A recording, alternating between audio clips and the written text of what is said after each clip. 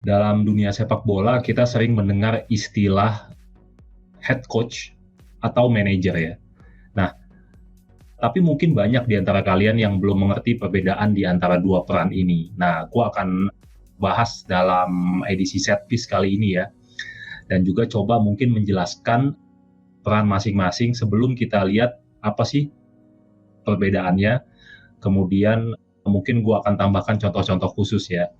Sehingga kita tahu siapa seorang manajer dan siapa seorang head coach dan di mana dia dalam satu tim. Nah, yang pertama gue akan bahas seorang manajer ya. Sering kita dengar istilah manajer klub, ya kan? Manajer klub bertanggung jawab untuk apa? Nah, manajer klub ini memang manajer sebuah klub di Eropa ya, di Liga Eropa ini memiliki kontrol yang lebih memang atas sebuah klub. Jadi otoritasnya lebih tinggi. Kenapa? Karena dia terlibat langsung sebenarnya dalam memilih siapa pemain yang pingin dia rekrut. Dia juga mengatur kontrak pemain, dia memilih staf kepelatihan, dan dia terlibat langsung dalam perkembangan si pemain di akademi klub. Ya, jadi seorang manajer wewenangnya lebih, dia memiliki lebih banyak tanggung jawab juga gitu ya. Kalau di 1-2 dekade yang lalu tentu kita sangat familiar seorang Sir Alex Ferguson yang merupakan manajer dari Manchester United, ya kan, adalah sebuah contoh yang menurut gua orang paling inget ya, paling bagus lah gitu. Nah, karena Sir Alex dulu bertanggung jawab atas segala sesuatu yang berkaitan dengan isi sepak bola klubnya gitu ya. Jadi semua sisi dan dia menanamkan filosofi itu. Dia mempunyai otoritas untuk mengatur pemain dari akademi, kemudian aktivitas transfer jual beli pemain, ya kan? Nah, termasuk sampai urusan pertandingan. Nah, sedangkan kalau head coach, kita lihat head coach, dia memang nggak memiliki tanggung jawab sebanyak manajer, tapi fokus utamanya adalah pada permainan dan pelatihan pada tim itu sendiri gitu. Nah, biasanya nih umumnya dan seringkali sekarang diterapkan di beberapa klub Eropa, head coach ini bekerja di bawah arahan, di bawah direktur sepak bola ya, direktur sepak bola atau sport director ya, atau ada beberapa istilah yang lain lah, berbeda-beda di masing-masing klub. Nah, si head coach ini mungkin menawarkan beberapa masukan dalam hal transfer ya, tapi yang membuat keputusan akhirnya tetap adalah si sporting director, si direktur sepak bola. Si head coach tidak memiliki kontrol lebih terhadap aktivitas jual beli pemain gitu ya. Makanya kadang kita dengar bahwa sebenarnya si head coach nggak menginginkan pemain ini datang gitu ya. Nah, itu juga menurut gua jadi salah satu kelemahan ya.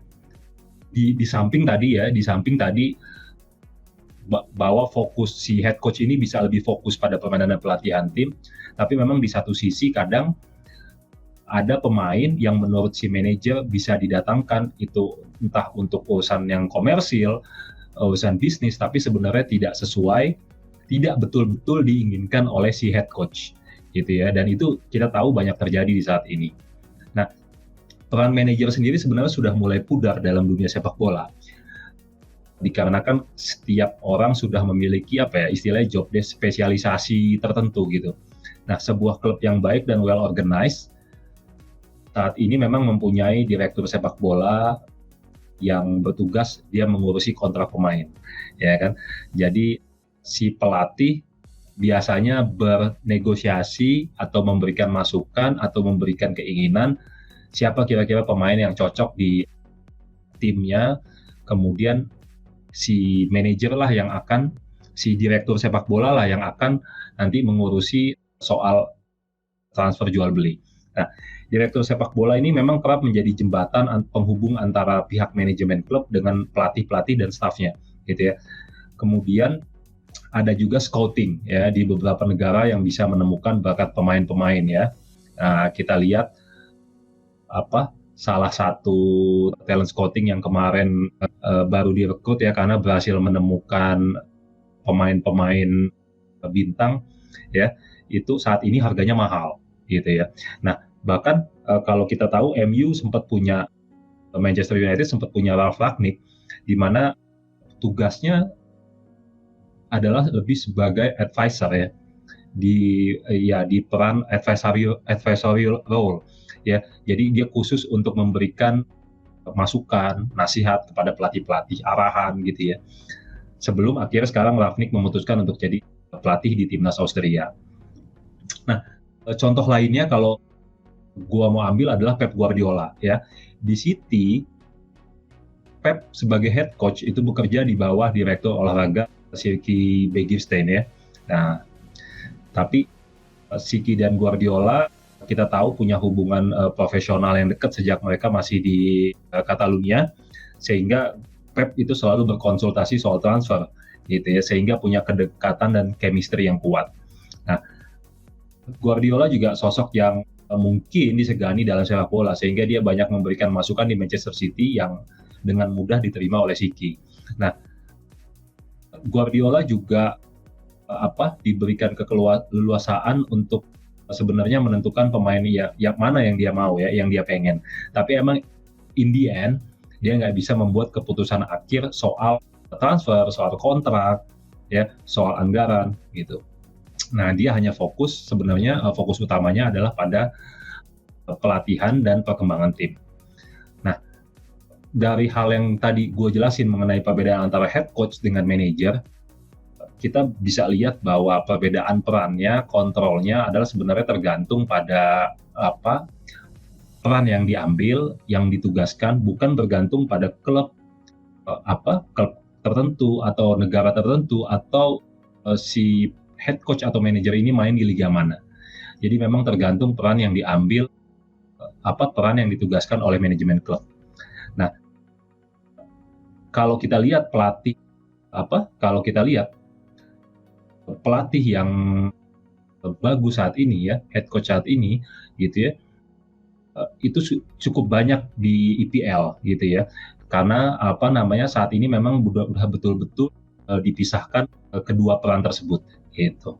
Nah, kalau kita bicara lebih bagus mana ya, banyak orang yang bilang kalau lebih mending ini dipisah ya, kalau memang klubnya sudah punya spesialisasi masing-masing, sehingga si head coach ini lebih fokus ke pelatihan, perkembangan tim, ya kan? Tapi ada juga orang yang bilang bahwa manajer itu akan lebih solid seperti zamannya Sir Alex, karena dia tahu selain dia juga mengikuti perkembangan tim, dia juga tahu pemain mana yang cocok, pemain mana yang harus didatangin, pemain mana yang harus dijual, dan dia punya kekuasaan penuh untuk itu. Oke, jadi itu ulasan gua mengenai head coach dan manajer ya. Sekali lagi, nggak ada yang lebih baik sebenarnya antara head coach atau manajer. Menurut gua, baik itu dipisahkan atau itu menjadi satu kesatuan, sama-sama baiknya, tergantung bagaimana mereka menangani dan fokus ke tugasnya masing-masing. Jangan lupa like and subscribe, pencet loncengnya, jadi kita upload teman-teman tahu. Jangan lupa follow akun TikTok dan IG kita di Setteaser. Dan bagi yang belum subscribe, silakan subscribe, like, komen, dan juga tonton video-video ini karena biasanya akan ada bagi-bagi giveaway ya bro ya.